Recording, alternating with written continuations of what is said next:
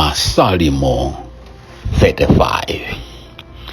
Tsutsana ni nawo iwo akutsutsana nane Yehova.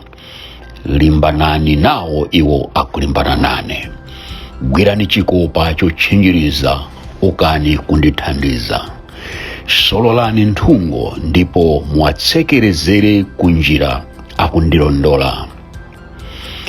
Nenani ndi moyo wanga, chipulumutso chako ndine.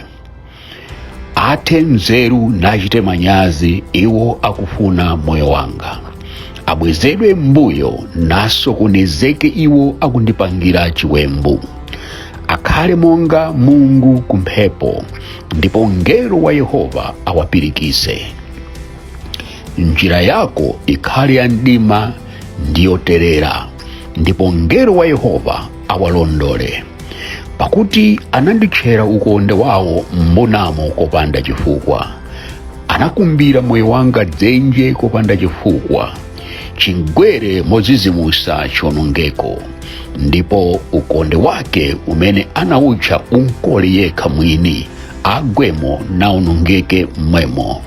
Ndipo moyo wanga udzakondwera mwa Yehova, udzasekera mwa chipulumutso chake.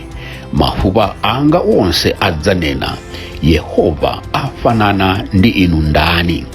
Wakulandisa wozunzika kwa iye amene amposa mphamvu, ndi wozunzika ndi waumphawi kwa iye ampunkhira. Mboni zachiwawa ziuka, zindifunsa zosadziwa ine.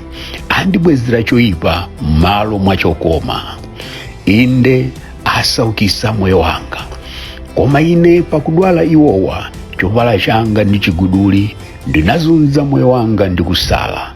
Ndipo pemphero langa linabwera ku chifuwa changa. Ndakhala ine monga ngati iye anali bwenzi langa kapena m'bale wanga, polira ndinawayerevera pansi. Monga munthu wakulira maliro amayi wake. Ndipo pakusimphina ine anakondwera nasonkhana pamodzi. Akundipanda anandisonkhanira, ndipo sindinachidziwa ananding'ambira osaleka. Pakati pa onyodola pa maderero anandikukutira mano. Ambuye mudzapenyererabe nthawi yanji? Bwezani moyo wanga kwa zakundiononga zawo. Wanga wawokha kwa misona ya mkango. Ndidzakuyamikani inu msonkhano waukulu, m'chikhamu cha anthu ndidzakulemekezani. Adani anga asandikondwerere ine monyenga, okwiya nane kopanda chifukwa asandisinzinire. Pakuti salankhula za mtendere, koma apangira chiwembu odekha m'dziko. Ndipo andiyasamira mkamwa mwawo, nati hede hede, diso lathu lidachipenya. Yehova mudzachipenya, musakhale chete. Ambuye musakhale kutali ndi ine. Galamukani ndipo khalani maso kundiweruzira mlandu wanga. Mulungu wanga ndi Ambuye wanga, mundiweruze monga mwa chilungamo chanu. Yehova Mulungu wanga, ndipo asandisekerere ine. Asanene mu mtima mwawo hede momwemo. Asanene tammeza iye. Achite manyazi nadodome iwo akukondwera chifukwa cha choyipa chidandigwera. Avekeke ndi manyazi ndi kupunzika iwo akuzikuza pa ine. Afuule mokondwera nasangalale iwo akukondwera nacho chilungamo changa.